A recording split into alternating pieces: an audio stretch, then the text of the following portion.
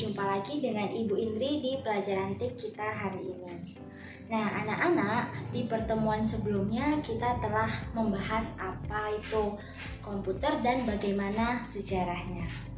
Nah, jadi pada hari ini kita akan melanjutkan materi kita tentang jenis-jenis komputer dilihat berdasarkan fungsi dan kemampuannya, dan kita akan mengetahui beberapa komponen pembentuk komputer. Nah, jadi langsung saja. Sebelumnya, komputer itu merupakan sebuah peralatan elektronik ya. Kita sudah mengetahui komputer itu termasuk ke dalam contoh teknologi informasi. Nah, jadi pengertian komputer adalah suatu alat elektronik yang dapat menerima masukan berupa perintah, lalu perintah tersebut diolah secara sistemnya menurut sistem kerjanya secara otomatis, kemudian akan menghasilkan sebuah informasi yang berguna bagi kita. Informasi tersebut bisa berupa teks, gambar, audio, atau bahkan video. Nah, jadi komputer itu mempunyai ukuran, kecepatan, dan kemampuan yang berbeda-beda. Nah, berdasarkan hal tersebut kita bisa membagi komputer ke dalam 4 jenis komputer ya. Yang pertama ada personal computer atau kita singkat dengan PC. Nah, PC ini merupakan komputer yang digunakan untuk mengerjakan pekerjaan sekolah ya, pekerjaan kantor. Nah, jadi komputer yang kita biasa gunakan di rumah ataupun di dalam lab komputer kita di sekolah itu namanya adalah PC ya, atau personal computer. Nah, jenis komputer yang kedua ada komputer superkomputer atau mainframe. Nah, jenis komputer mainframe ini digunakan untuk menangani masalah-masalah atau proyek-proyek yang lebih besar ya. Komputer ini bisa menangani lebih banyak data. Nah, jadi kita bisa menemukan jenis komputer ini untuk biasanya saat digunakan mendesain pesawat terbang, atau untuk memecahkan molekul-molekul obat, atau bisa digunakan di bank untuk mengolah data-data nasabah bank. Nah, jadi kan setiap bank itu memiliki nasabah yang sangat banyak. Nah, tidak mungkin menggunakan personal computer untuk menyimpan atau mengolah data nasabah bank tersebut. Nah, jadi di bank menggunakan jenis komputer superkomputer atau mainframe ini. Lalu jenis komputer yang ketiga adalah dedicated computer. Nah, dedicated computer ini adalah komputer yang dibuat dengan tujuan tertentu, seperti contohnya untuk bermain game. Ya, jadi untuk bermain game kita bisa menggunakan komputer dedicated computer. Kemudian jenis komputer yang terakhir adalah embedded computer.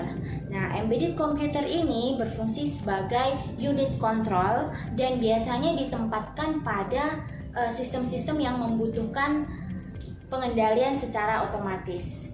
Nah, sebelum kita mengetahui apa-apa saja hardware yang ada di sebuah komputer, kita terlebih dahulu harus mengetahui pengertian hardware itu sendiri.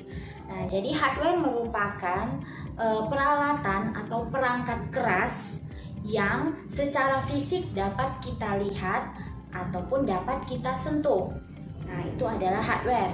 Nah, jadi berdasarkan fungsinya, hardware itu bisa kita kelompokkan ke dalam 4 kelompok ya. Yang pertama hardware masukan atau input device. Nah, input device ini berfungsi untuk kita sebagai pengguna komputer memasukkan perintah atau memasukkan data ke dalam komputer. Nah, jadi ini adalah contoh-contoh dari input device ya. Ada mouse, keyboard, joystick, touchpad, mikrofon, dan juga kamera. Nah, lalu jenis hardware yang kedua adalah processing unit ya, atau hardware yang berfungsi untuk mengolah data di dalam komputer. Nah, jadi tadi kita telah memasukkan perintah ataupun data melalui input device ya. Nah, lalu ada bagian komputer yang namanya CPU. CPU ini merupakan otak dari komputer. Nah, di dalam CPU ini data-data atau perintah-perintah yang kita masukkan sebelumnya akan diolah. Nah, di dalam CPU kita bisa menemukan beberapa perangkat seperti ada motherboard, ada VGA card, ada sound card, ada LAN card, ada memori atau prosesor itu sendiri. Nah, selanjutnya hardware yang ketiga adalah output device. Nah, output device ini adalah hardware keluaran ya. Nah, jadi tadi kan kita sudah menginputkan data atau perintah. Kemudian CPU mengolah data atau perintah yang kita masukkan. Nah, output device ini berfungsi untuk mengeluarkan informasi yang telah diolah di CPU tadi. Nah, jadi outputnya bisa berupa teks, gambar, suara, ataupun video ya. Nah, jadi ini adalah contoh-contoh output device ya, hardware keluaran. Ada monitor menampilkan gambar ataupun teks yang kita ketikkan ke dalam komputer. Kemudian ada printer, ada speaker, dan masih banyak lagi jenis output device. Lalu yang keempat adalah jenis hardware penyimpanan ya, atau backing storage device. Nah, sebenarnya komputer itu sudah bisa menyimpan data-data atau informasi-informasi yang kita olah di dalam komputer. Nah, namun bedanya kalau kita menggunakan media penyimpanan ini, kalau kita menggunakan backing storage device ini, kita bisa memindahkan data dari satu komputer ke komputer yang lainnya. Nah, mungkin kamu pernah melihat seperti flash disk, hard disk, disket, atau floppy disk, CD, atau bahkan DVD. Nah, itu adalah contoh-contoh hardware penyimpanan ya, hardware backing storage device. Nah, itu tadi adalah 4 jenis hardware. Nah, kita bisa melihat hubungan keempat jenis hardware tersebut dalam diagram atau bagan berikut.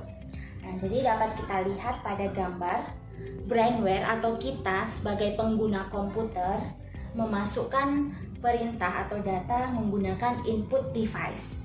Nah, setelah kita masukkan perintah tersebut akan diolah komputer menggunakan CPU ya, atau diolah di komputer pada bagian CPU, atau tadi CPU kepanjangannya Central Processing Unit.